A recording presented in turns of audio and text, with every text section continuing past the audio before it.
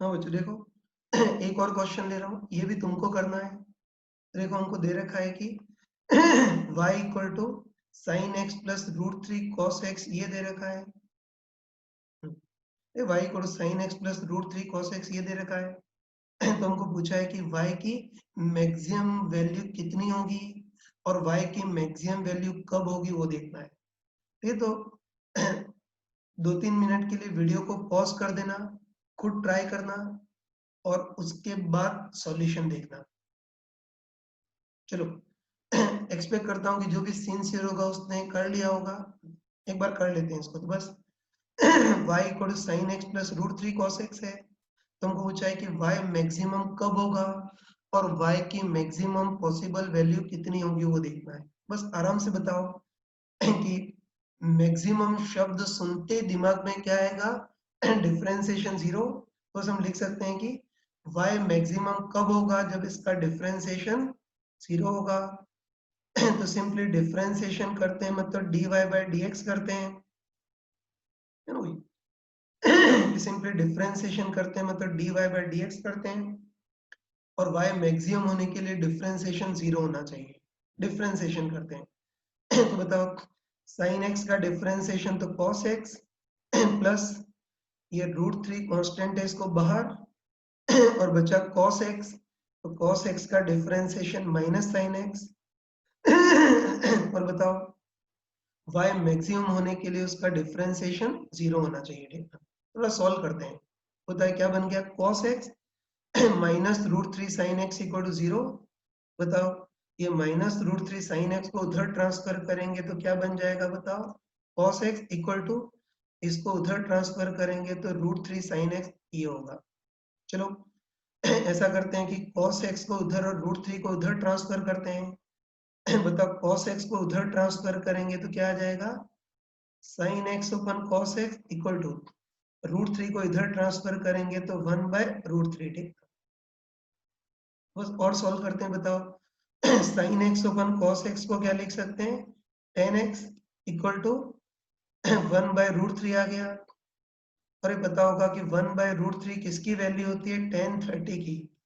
तो तुम आराम से बताओ कि ten x equal tan thirty है तो x इक्वल टू कितना हो गया, 30 डिग्री।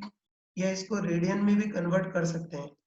बताओ 30 डिग्री को रेडियन में कन्वर्ट करने के लिए पाई बाय 180 का मल्टीप्लाई करेंगे तो ये पाई बाय 6 रेडियन इतना आ गया।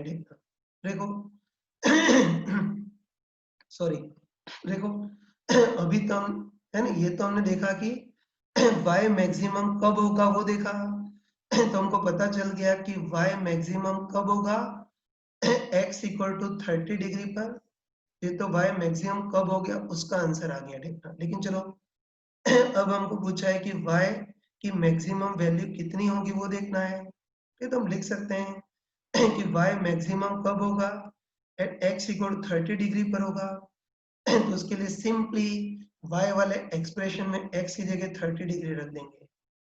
तो तब y की मैक्सिमम वैल्यू कितनी होगी, साइन x की जगह 30 degree plus root three cos x की जगह 30 डिग्री। बताओ साइन 30 तो 1 by two plus root three into cos 30 root three by two. बताओ कितना बन गया, 1 बाय टू। और ये root three into root three, three हो गया बाय टू। तो 1 by two plus three by two कितना हो गया, 4 बाय टू। 4 बाय टू को 2 लिख सकते हैं बस। अब हमने कंप्लीट आंसर निकाल लिया तो हमको पता चल गया कि बताओ y मैक्सिमम कब होगा, at x equal to 30 degree पर और y की मैक्सिमम पॉसिबल वैल्यू कितनी होगी, 2। तो ये कर लिया। ठीक है, अब देखो ये ध्यान रखना कि अभी तो हमने इसको मैक्सिमा मिनिमा के कंसेप्ट से किया, है ना। कई मूर्ख वापस यहाँ भी वही पूछते हैं कि कैसे पता करेंगे कि यहाँ y मैक्सिमम होगा या मिनिमम। तो मैंने 2 बार बताया, 2 बार मूर्खता करके देख चुके हैं। बाकी अब हमको अच्छे पता चल गया कि फिजिक्स में जो पूछा होता है वही होता है। अगर मैक्सिमा पूछा है तो इस पॉइंट पर मैक्सिमा ही आएगा और मिनिमा पूछा होता है तो इस पॉइंट पर मिनिमा। वो हम देख चुके हैं, इसलिए इतना ही करना सफिशिएंट है। अब आगे बढ़ रहा हूँ। देखो अभी तो इसको हमने मैक्सिमा मिनिमा के कंसेप्ट से किया, लेकिन मैथमेटिक्स में ट्रिग्नोमेट्री वाले पार्ट में इसको तुम दूसरे तरीके से करोगे, ये लेकिन ये ट्रिग्नोमेट्री में इस चीज को दूसरे तरीके से लेकिन डिटेल में करते हैं, लेकिन मैं इसका जस्ट रिजल्ट बता रहा हूँ, ठीक है। ये तो ध्यान रखना, ये जो एक्सप्रेशन है वो a cos theta plus b sin theta की फॉर्म में ना, और यही नहीं पूरी फिजिक्स में ऐसे बहुत सारे केस आते हैं जब expression a cos theta plus b sin theta की फॉर्म में होता है। तो हमको देखना है कि a cos theta plus b sin theta की मैक्सिमम वैल्यू कितनी होगी वो देखना है। देखो मैथमेटिक्स में ट्रिग्नोमेट्री वाले पार्ट में इसको तुम डिटेल में करोगे, ध्यान रखना कि मैथमेटिक्स में ट्रिग्नोमेट्री वाले पार्ट में इसको तुम डिटेल में करोगे, लेकिन फिजिक्स में हमको रिजल्ट की फॉर्म में याद रखना है। याद रखना कि मैथमेटिक्स के according a cos theta plus b sin theta कभी भी हो तो इस चीज की maximum possible value root a square plus b square होती है। अब कई मूर्ख लोग बताने के बाद भी पूछेंगे कि कहां से आ गया, ये तो मैंने अभी बताया था कि मैथमेटिक्स में ट्रिग्नोमेट्री वाले पार्ट में तुम इसकी डिटेल डेरिवेशन देखोगे, लेकिन फिजिक्स में हमको केवल रिजल्ट याद रखना है, हम टॉपिक से भटकना नहीं चाहते हैं, ठीक है। तो हमको रिजल्ट याद रखना है, तो आगे डायरेक्ट याद रखना कि कभी भी कोई expression a cos theta plus b sin theta की फॉर्म में हो तो याद रखना a cos theta plus b sin theta की maximum possible value root a square plus b square होती है, और इस चीज की वैल्यू मैक्सिमम तब होती है जब tan theta equal to b by a हो। बस इसको भी हम इस फॉर्मूले से कर सकते हैं ना, तो तुम आराम से बताओ, कि इस बार भी जो एक्सप्रेशन है वो a cos theta plus b sin theta की फॉर्म में है ना, देख सकते हैं कि इस बार भी जो एक्सप्रेशन है a cos theta plus b sin theta की फॉर्म में है, इसको इस फॉर्म में जमा देते हैं। तो उसके लिए क्या करते हैं, ये रूट 3 cos थीटा को आगे ले आते हैं प्लस sin थीटा को हम क्या लिख सकते हैं, सॉरी x है, थीटा क्या लिख दिया, x लिख देता हूँ, तो इसको उस फॉर्म में लिख सकते हैं। तो बताओ ऐसा करते हैं कि रूट 3 cos x को आगे लिखते हैं प्लस sin x को हम 1 sin x बोल सकते हैं। बस आराम से बताओ, तुम आराम से बताओ कि सॉरी तुम आराम से बताओ कि ये जो एक्सप्रेशन है वो भी a cos theta plus b sin theta की फॉर्म में है ना, देख सकते तुम कि ये जो एक्सप्रेशन है वो भी a cos theta plus b sin theta की फॉर्म में है, जहां a का काम तो रूट 3 कर रहा है और b का काम 1 कर रहा है। बस अब हमको पूछा है कि इस चीज की मैक्सिमम वैल्यू कितनी होगी वो देखना है। बस अब गधों से सॉल्व करने की जरूरत नहीं, डायरेक्ट बोल सकते हैं कि ये एक्सप्रेशन भी a cos theta plus b sin theta की फॉर्म में है, तो बताओ इस नमूने की भी मैक्सिमम वैल्यू कितनी आएगी, simply root of a square plus b square. तो रूट ऑफ a का काम कौन कर रहा है, रूट 3 का स्क्वायर, प्लस b का काम कौन कर रहा है 1 स्क्वायर, इसकी maximum value root a square plus b square, मतलब root of root 3 square plus 1 square. तो रूट 3 का स्क्वायर तो 3 और 1 का स्क्वायर 1, तो रूट 3 प्लस 1 मतलब रूट 4 हो गया, रूट 4 मतलब 2। बस पता चल गया इस चीज की मैक्सिमम वैल्यू 2। ये मैथमेटिकली क्या तब भी हो गया और फॉर्मूले से भी वही आ गया। एक और चीज, ये चीज मैक्सिमम कब होगी वो भी देख सकते हो, बताओ a cos theta plus b sin theta की maximum value root a square plus b square, और इसकी वैल्यू मैक्सिमम कब होती है, जब tan theta equal b by a। तो tan थीटा इक्वल b का काम तो 1 और a का काम रूट 3, सॉरी थीटा नहीं x है, बस tan x equal to 1 by root 3, तो x इक्वल टू कितना हो गया 30 डिग्री, ये डायरेक्ट आ गया। बस अब अगर ये क्वेश्चन आ गया तो इसको ऐसे डायरेक्ट फॉर्मूले से ही करना है।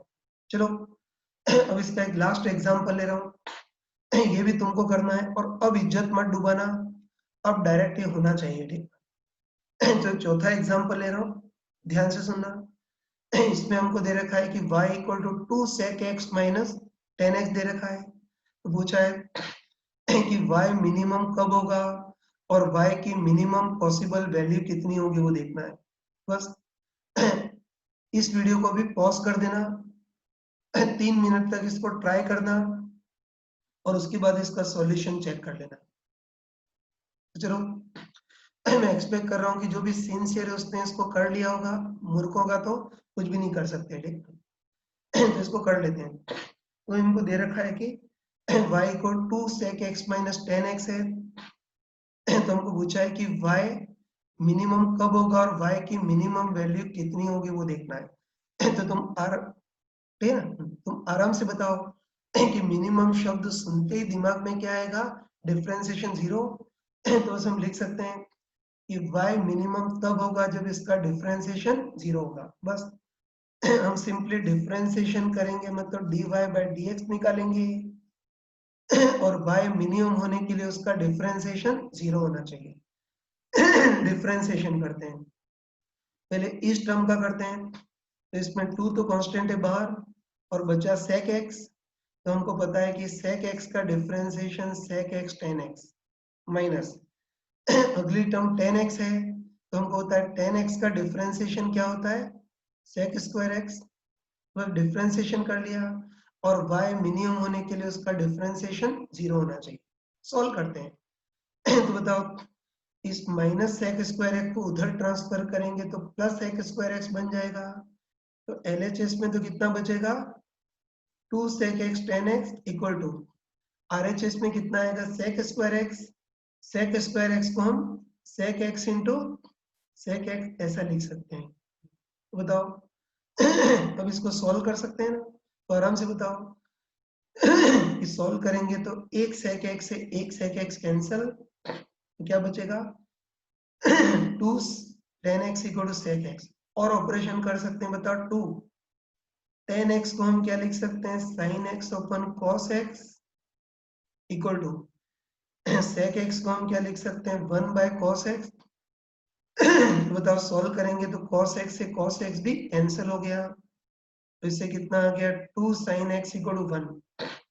अब 2 को भी उधर ट्रांसफर करते हैं, 2 को उधर ट्रांसफर करेंगे तो sin x इक्वल टू कितना हो गया, 1 by 2। और 1 by 2 किसकी वैल्यू होती है, sin 30 की। बताओ, sin x equal to sin 30 है, sin x equal to sin 30 है, तो x इक्वल टू 30 डिग्री। या 30 डिग्री को रेडियन में कन्वर्ट करने के लिए पाई बाय 180 का मल्टीप्लाई करेंगे तो पाई बाय 6। बस बताओ, ये तो आंसर, ये बताओ ये तो आंसर किसका आ गया, y मिनिमम कब होगा, तो उसका आंसर पता चल गया कि y मिनिमम कब होगा, at x equal to 30 degree पर। बस अब हमको y की मिनिमम वैल्यू निकालनी है। तो हमको पता है कि y मिनिमम कब होगा, at x equal to 30 degree पर। तो उसके लिए सिंपली y वाले एक्सप्रेशन में x की जगह 30 डिग्री रख देंगे, तो कितना हो जाएगा, 2 sec x की जगह 30 डिग्री माइनस tan x की जगह 30 डिग्री। ठीक है, सॉल्व करते हैं।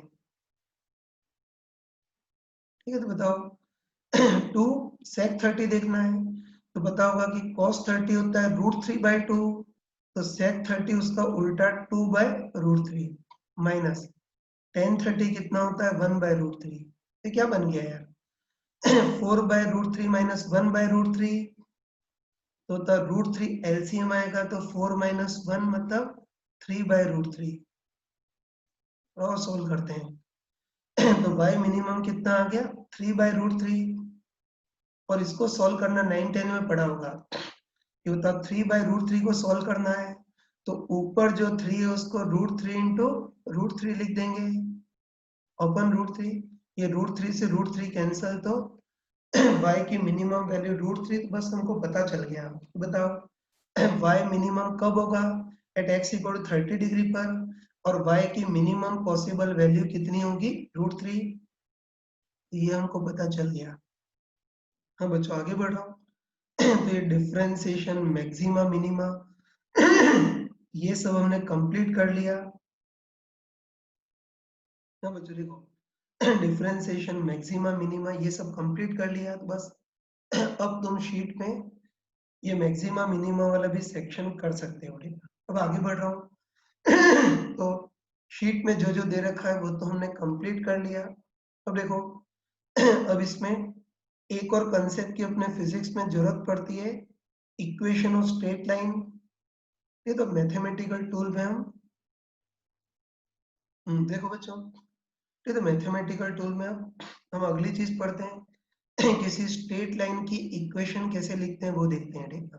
और ध्यान रखना कि स्ट्रेट लाइन की इक्वेशन का मतलब होता है कि स्ट्रेट लाइन के एक्स और वाई कोऑर्डिनेट में जो रिलेशन होता है उसी को स्ट्रेट लाइन की इक्वेशन बोलते हैं। ठीक है, तो ध्यान रखना है कि इक्वेशन का मतलब ये होता है कि एक्स और वाई कोऑर्डिनेट में जो रिलेशन होता है उसको इक्वेशन बोलते हैं। मतलब स्ट्रेट लाइन के एक्स और वाई कोऑर्डिनेट में जो रिलेशन होगा उसको स्ट्रेट लाइन की इक्वेशन बोलेंगे।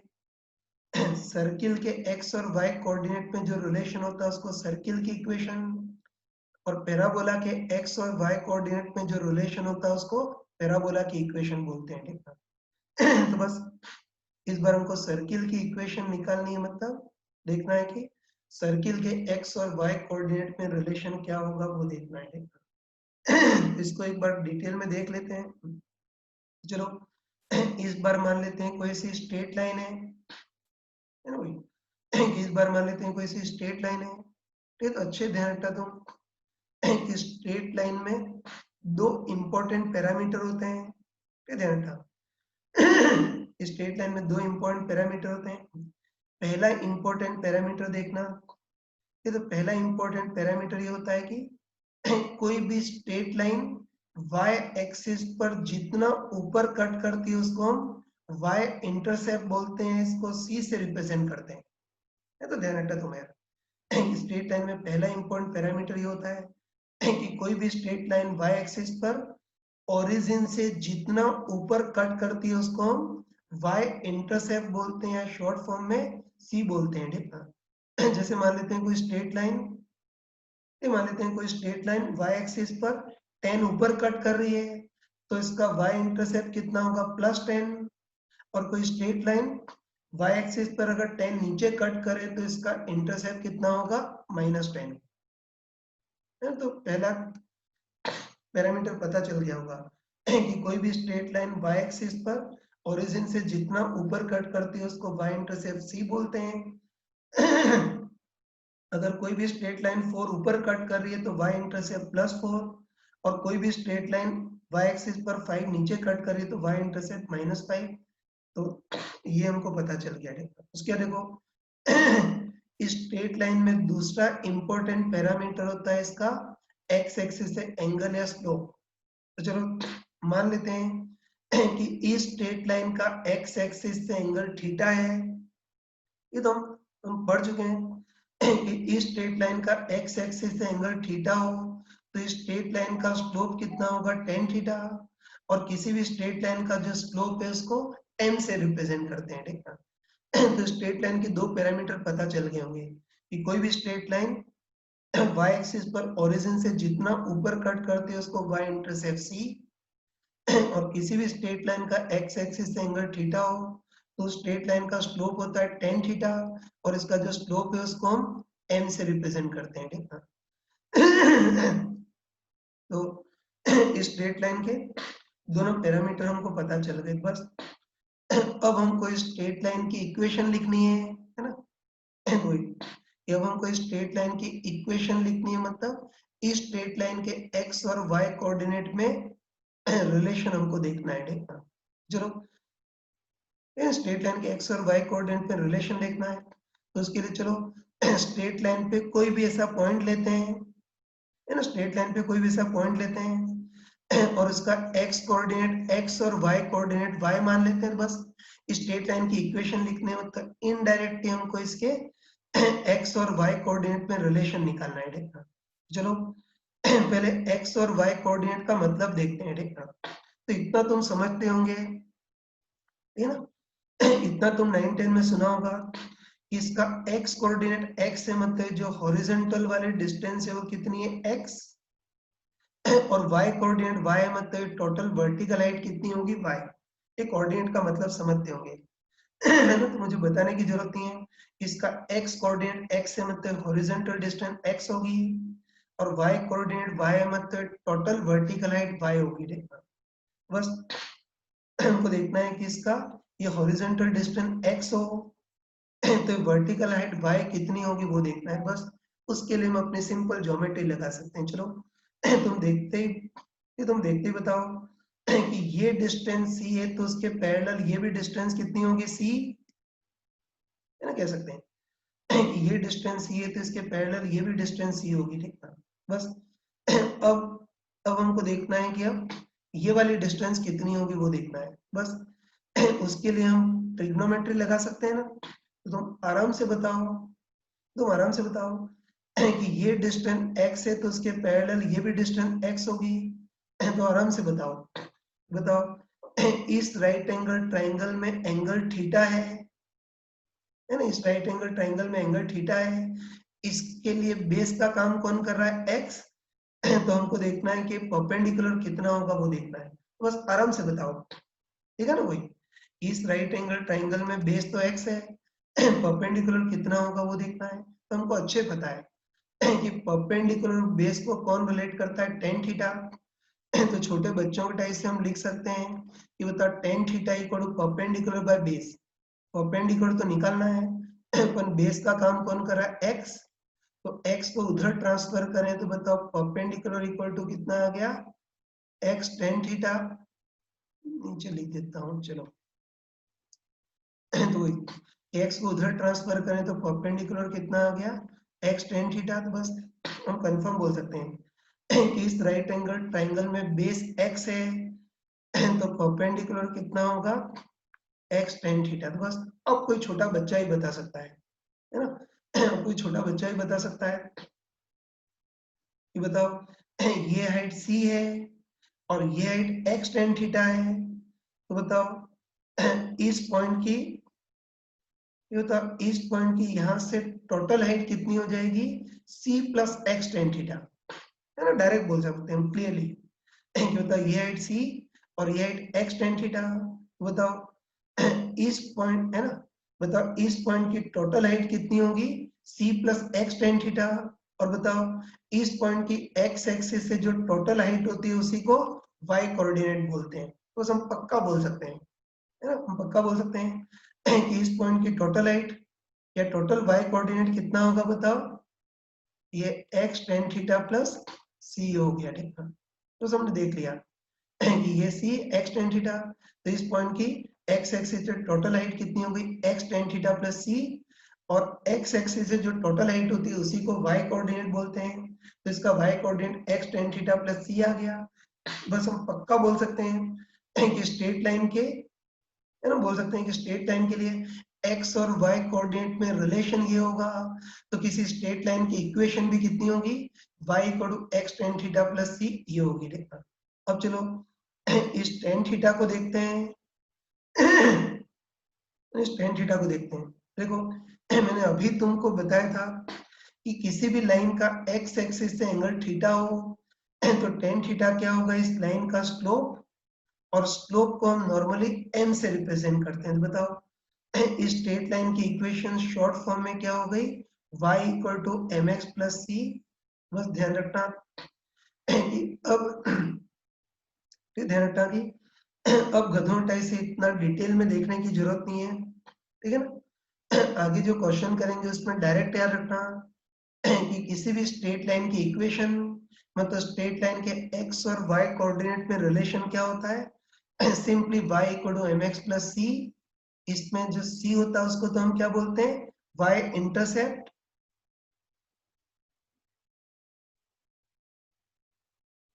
ठीक है ना, और m जो होता है उसको क्या बोल सकते हैं स्ट्रेट लाइन का स्लोप। बस आगे डायरेक्ट याद रखना स्ट्रेट लाइन के x और y कोऑर्डिनेट पे रिलेशन या स्ट्रेट लाइन की इक्वेशन कितनी होती है y equal to m x plus c, जहाँ c y इंटरसेप्ट और m स्ट्रेट लाइन का स्लोप, और स्लोप निकालना हम कई बार देख चुके हैं, देखना। तो पता चल गया स्ट्रेट लाइन की standard equation y equal to m x plus c होती है, देखना। बस अब इसके क्वेश्चन कर सकते हैं, तो बस तुम आराम से बताओ कि स्ट्रेट लाइन की हमने स्टैंडर्ड इक्वेशन पढ़ ली तो इससे हम ग्राफ दे रखा हो तो इससे स्ट्रेट लाइन की इक्वेशन निकाल सकते हैं, या फिर स्ट्रेट लाइन की इक्वेशन दे रखी है तो उससे ग्राफ बना सकते हैं, ठीक है। चलो दोनों टाइप के क्वेश्चन करते हैं।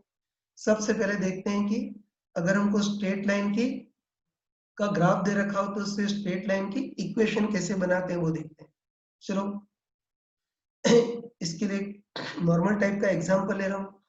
जैसे इस बार हमको दे रखा है कि कोई स्ट्रेट लाइन है, कोई स्ट्रेट लाइन है और उसका ग्राफ दे रखा है और हमको दे रखा है कि स्ट्रेट लाइन ओरिजिन से 5 नीचे कट कर रही है और इसका एक्स एक्सिस एंगल 37। तो बस इस टाइप से हमको स्ट्रेट लाइन का ग्राफ दे रखा है। बस हमको देखना है कि स्ट्रेट लाइन की इक्वेशन क्या होगी, मतलब इसके एक्स और वाई कोऑर्डिनेट में रिलेशन क्या होगा वो देखना है। देखना बस हमको अच्छे से पता है ना भाई, कि हमको अच्छे पता है कि किसी भी स्ट्रेट लाइन की स्टैंडर्ड इक्वेशन क्या होती है, y equal to m x plus सी।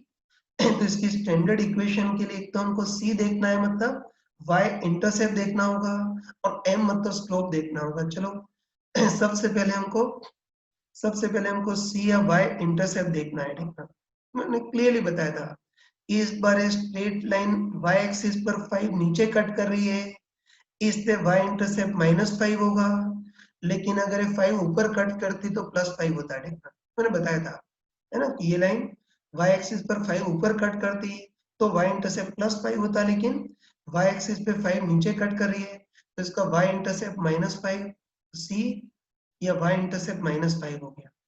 अब चलो अब हमको m है ना, हमको m या स्ट्रेट लाइन का स्लोप देखना है। और बताओ स्लोप, सॉरी, m या स्ट्रेट लाइन का स्लोप देखना है, और स्ट्रेट लाइन का स्लोप निकालना हम पिछली क्लास में क्लियरली देख चुके हैं। मैंने बताया था कि स्लोप निकालने का वही फास्ट तरीका कि सबसे पहले प्लस माइनस साइन देखते हैं और फिर वैल्यू। तो चलो देखते बताओ कि लाइन ऊपर जा रही है और लाइन ऊपर जा रही है इसलिए स्लोप पॉजिटिव होगा, तो प्लस माइनस में प्लस आएगा।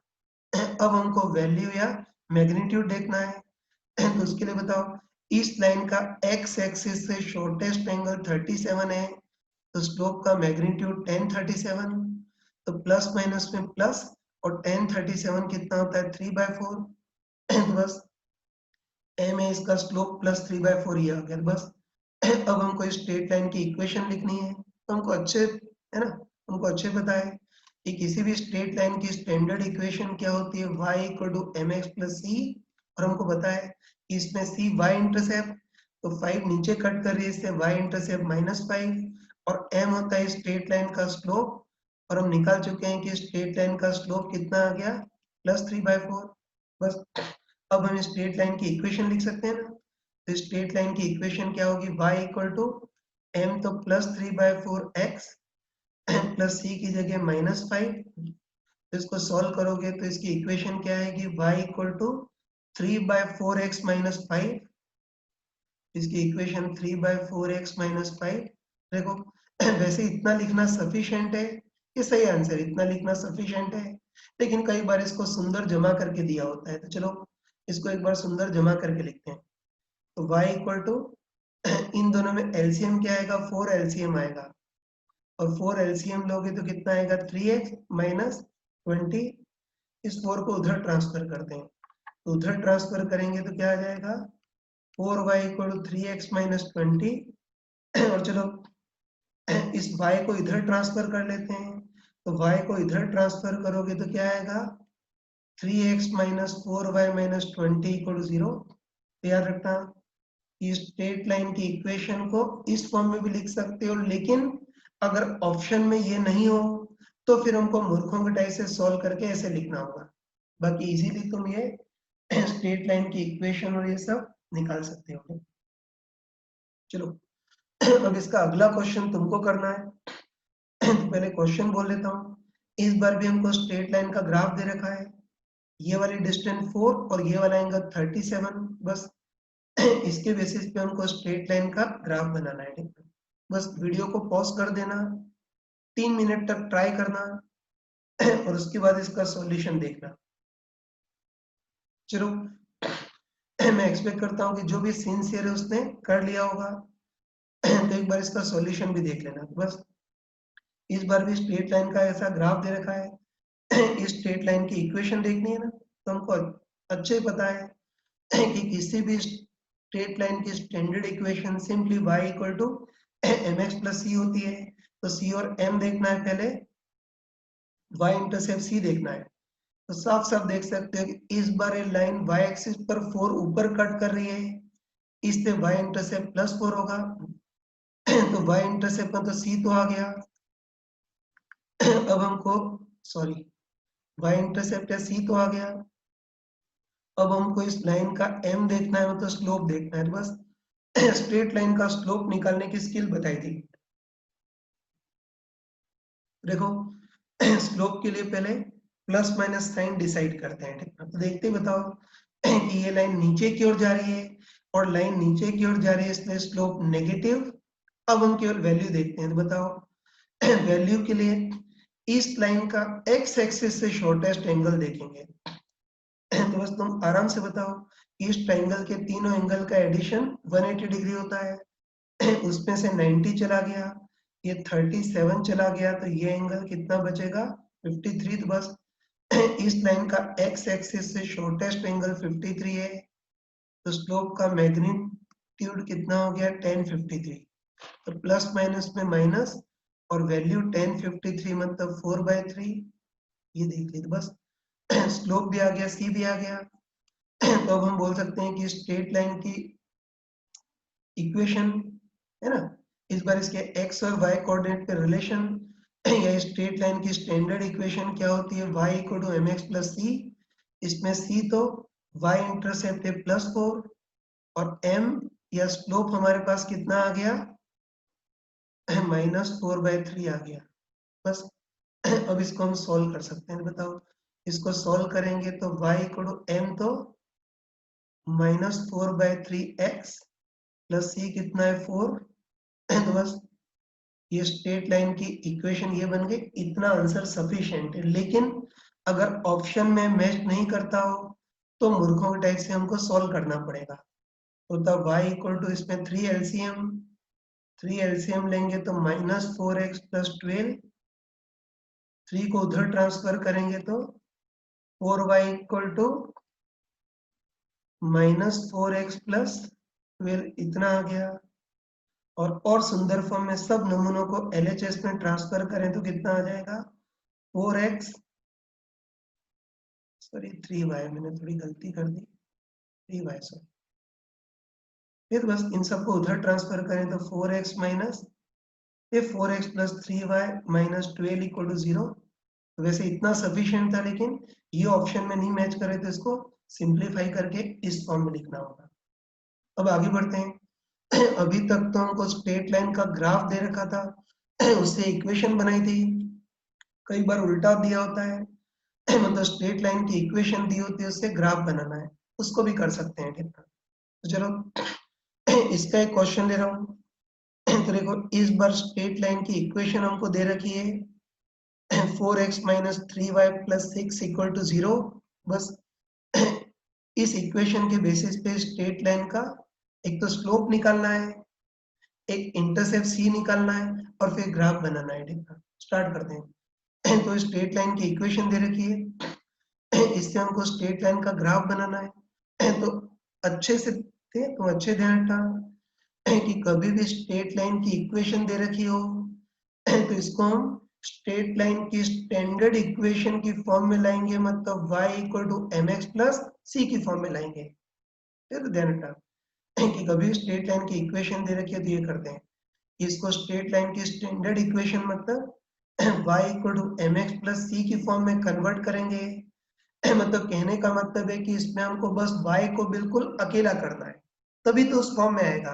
बस है ना, ध्यान रखना कि कभी भी स्ट्रेट लाइन की इक्वेशन दे रखी हो तो उसको स्टैंडर्ड फॉर्म में लाएंगे, और उसके लिए हमको बस एक ही काम करना है कि बेचारे y को बिल्कुल अकेला करना है।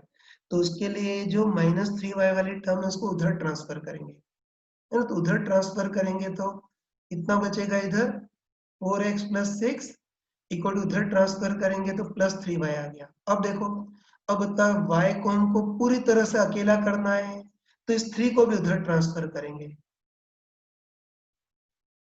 सॉरी, ये तो y को पूरी तरह से अकेला करना है तो इस 3 को भी उधर ट्रांसफर करेंगे। बताओ इस 3 को भी उधर ट्रांसफर करें तो y इक्वल टू कितना, ये लिख देता हूँ चलो। 3 को उधर ट्रांसफर करेंगे तो कितना आ जाएगा 4x प्लस 6/3 इक्वल इधर बचेगा y।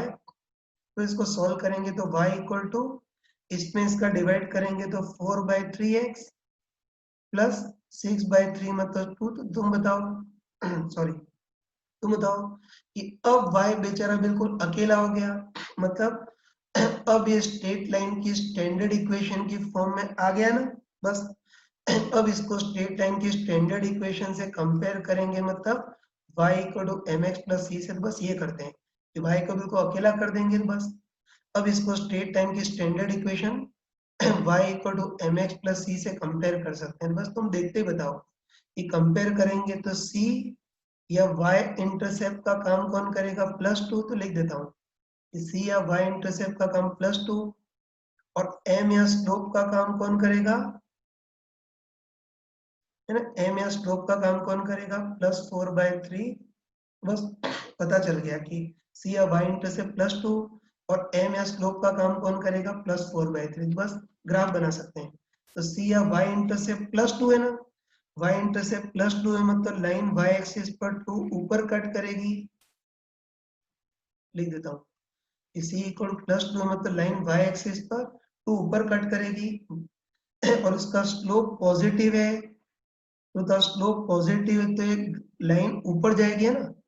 स्लोप पॉजिटिव तो ग्राफ ऊपर जाने वाली स्ट्रेट लाइन होगी, इस टाइप की होगी रेखा। और एंगल भी निकाल सकते हैं। तुम आराम से बताओ कि स्लोप पॉजिटिव तो लाइन ऊपर जाएगी, और तुम बताओ कि इस लाइन का एक्स एक्सिस से शॉर्टेस्ट एंगल थीटा हो, तो स्लोप को क्या लिख सकते हैं, टेन थीटा। और टेन थीटा कितना है, +4/3। टेन थीटा 4/3 हो तो थीटा 53 डिग्री होगा। ये तो ग्राफ बना लिया कि y इंटरसेप्ट +2, स्लोप पॉजिटिव से ग्राफ ऊपर जाएगा और टेन थीटा +4/3 तो थीटा 53 डिग्री, ये कर लिया। अब चलो अगला क्वेश्चन तुमको करना है, इसको देख लेना। देखो इस बार भी किसी स्ट्रेट लाइन की इक्वेशन दे रखी है और स्ट्रेट लाइन की इक्वेशन 3x + 4y - 20 = 0 है। बस एक तो c मतलब y इंटरसेप्ट देखना है, स्लोप देखना है और फिर हमको इस स्ट्रेट लाइन का ग्राफ बनाना है। बस इसको तुम खुद सॉल्व करना। ठीक है, तो वीडियो को 3 मिनट के लिए पॉज कर दो, खुद ट्राई करो और उसके बाद फिर सॉल्यूशन देखना। चलो मैं एक्सपेक्ट करता हूँ कि जो भी सिंसियर बच्चा होगा उसने कर लिया होगा, ठीक है ना। अगर कोई मूर्ख हो तो फिर भजन के टाइप से सुन लेना, ठीक है। तो देख लो कि स्ट्रेट लाइन की इक्वेशन 3x + 4y - 20 = 0 है। इस स्ट्रेट लाइन का ग्राफ बनाना है। बस मैंने क्लियरली तुमको बताया था, है ना, मैंने अभी बताया था कि कभी भी स्ट्रेट लाइन का ग्राफ बनाना हो तो उसके लिए इसको स्ट्रेट लाइन की स्टैंडर्ड इक्वेशन मतलब y = mx + c से कंपेयर करेंगे। तो उसके लिए हम क्या करेंगे, बेचारे y को बिल्कुल अकेला कर देंगे। बस उसके लिए वही कि y को बिल्कुल अकेला करना है तो y के अलावा बाकी जो नमूने हैं उनको उधर भेजते हैं, ठीक है। तो बस है ना, बाकी नमूनों को उधर भेजेंगे तो इधर क्या बचेगा, केवल 4y। बताओ 3x को उधर भेजेंगे तो -3x और -20 को उधर भेजेंगे तो +20, ठीक है। अब y को बिल्कुल अकेला करना है तो 4 को भी उधर ट्रांसफर करते हैं। 4 को उधर ट्रांसफर करेंगे तो y कितना हो जाएगा, -3x + 20/4 इतना हो जाएगा। थोड़ा सॉल्व करते हैं तो y = कितना हो गया, इसको कंबाइन करेंगे तो -3/4x + 20/4 कितना हो गया, 5। बस अब आराम से अब आराम से बताओ कि अब ये जो y है वो बिल्कुल अकेला हो गया, है ना। वही कि y को बिल्कुल अकेला कर दिया मतलब अब ये स्ट्रेट लाइन की स्टैंडर्ड फॉर्म में आ गया।